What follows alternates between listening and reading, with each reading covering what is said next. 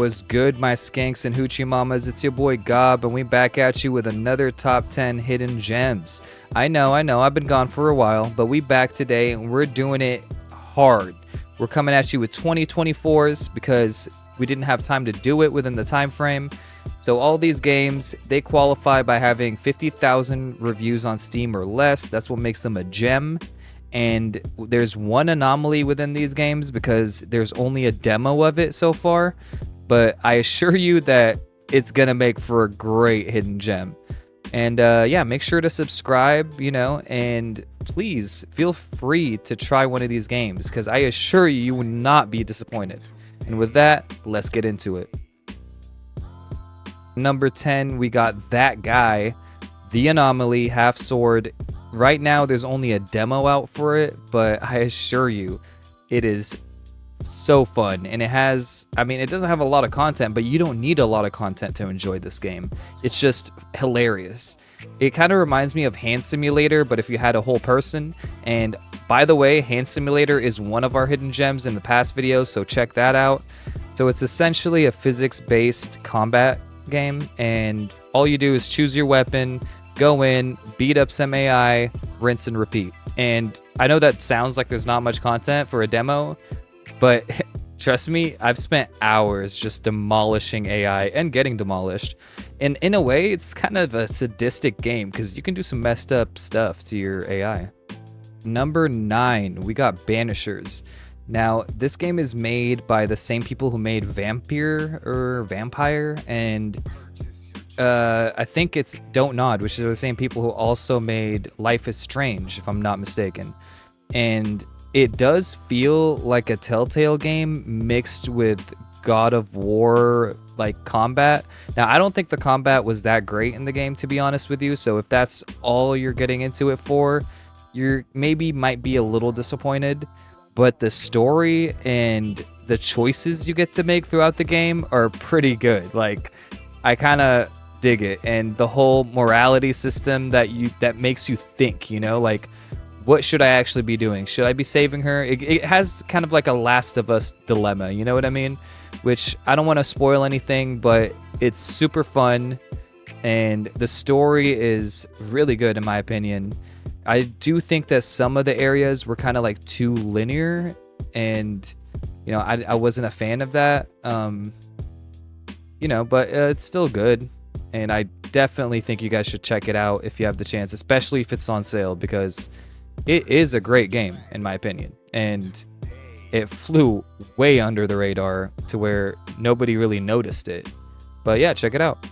Now at number 8, we got Beyond Hanwell. This game truly surprised me because I did not expect much from it, I thought it's an early access. It looks good, but does it play good, and does it have a dope environment? And to answer that question, not only does it have a dope environment, but it also has dope POIs. Like, none of the POIs felt like they were the same. Every one of them had its own story, its own enemies, its own boss. It was so unique and fun. Like, you didn't have the same thing repeating itself. Now, this game isn't heavy early access, but they're making strides with it, and to be honest, I had a crap ton of fun playing this. It is actually pretty scary too in some parts. So yeah, if you want to explore London in the post-apocalypse or whatever is going on in this game, check it out. Oh man, MBazoo at 7. Now, what can I say about this game? Like, nothing can do it justice, to be honest. It's like My Summer Car, but in Canada. And actually, My Summer Car was one of my games in one of my past videos that I put as a hidden gem. So check that out. This is basically that in Canada.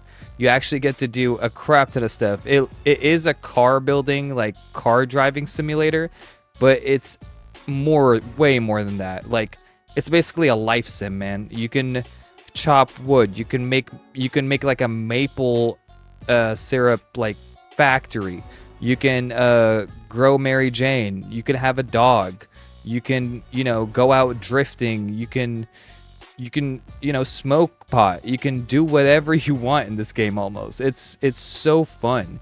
And you can tell they took a lot of inspiration from My Summer Car, or the other way around. I'm not really sure. But yeah, check it out. It's amazing. Now hitting you hard with that Sixeroonie, we got Abiotic Factor. This game is super fun. It's basically a mixture of Half-Life and Project Zomboid. So you choose who you are and like what your job is at the lab, and then you go out and you basically scavenge for items. You come back to whatever you want to call your base, because you can put your base anywhere, and you barricade it, make sure no monsters can get through. There's like a little tower defense mechanic where, these monsters can try to go into your base and destroy it, basically. It's a ton of fun with friends, but it can be just as fun solo. You just have to alter the options a bit. But yeah, it's a ton of fun, and I remember laughing my butt off playing this 99% of the time. There's even a pooping mini game, guys. Like, what more do you want from a video game, right? Now, a little disclaimer, this game is in early access. Alright, y'all, so we got number 5, and this is Fallout London. Now, this one is another anomaly that I forgot to mention in the beginning, but now you know.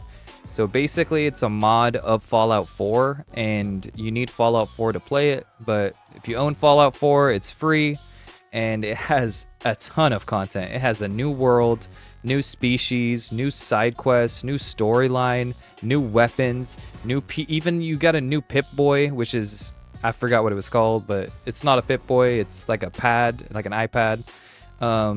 You got so much content in this that it'll take you days to burn through it all, and I enjoyed it more than some Fallout games, to be honest.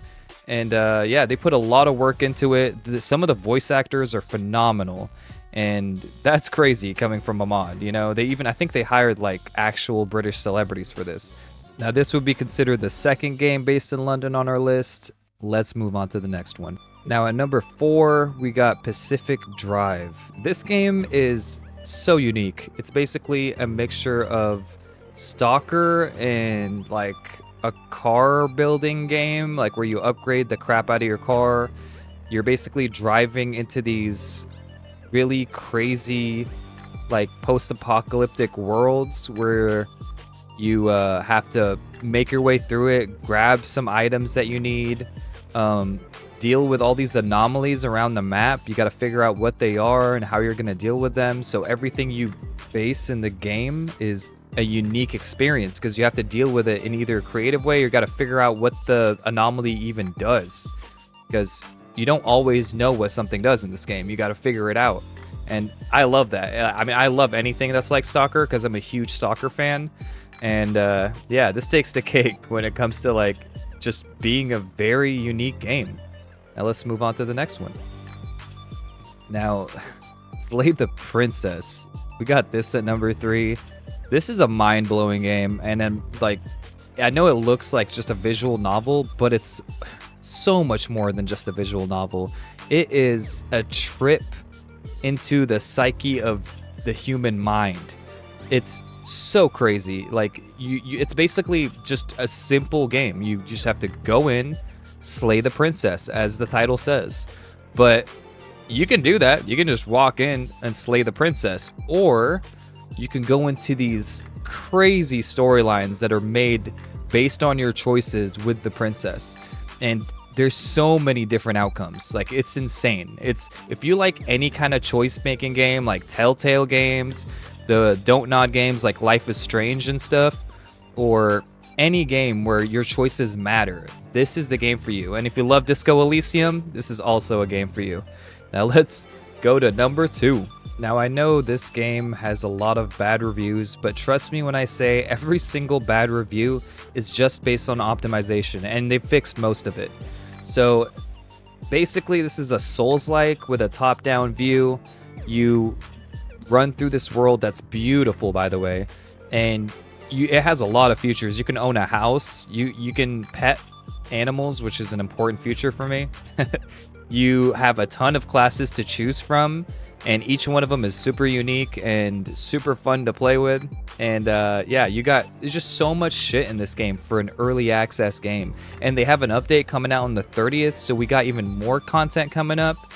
And the storyline itself is beautiful. The the way they draw them is beautiful. Like the everything about this game is so good, man.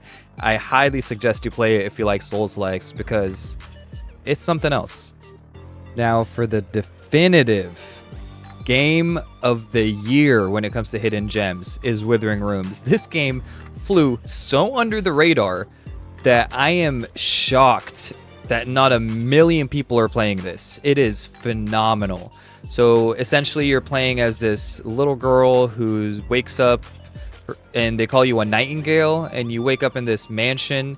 It's basically a horror survival mixed with like Souls-like features. So you have your build like any other Souls-like. You can be a witch, you can be a strength build, you can be a dex build. You run around, you learn spells, you fight different monsters around the mansion. You have a huge map to explore. You got so many items to get, man. There's so much content in this game. The storyline is also phenomenal, by the way. And you meet so many cool characters in it. It's just, it's out of this world, man. I cannot believe that this game is not known worldwide. Like, what the dog? You need to try it out. Trust me when I say this is one of my games of the year for last year, because it shocked me. I did not expect what I got out of it. And for, I think it's $25 on Steam. Correct me if I'm wrong in the comments. But holy crap, y'all. This is an amazing game. And with that, I hope y'all feel free to subscribe.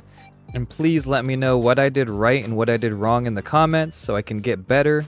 Help your boy Gabi get good, y'all.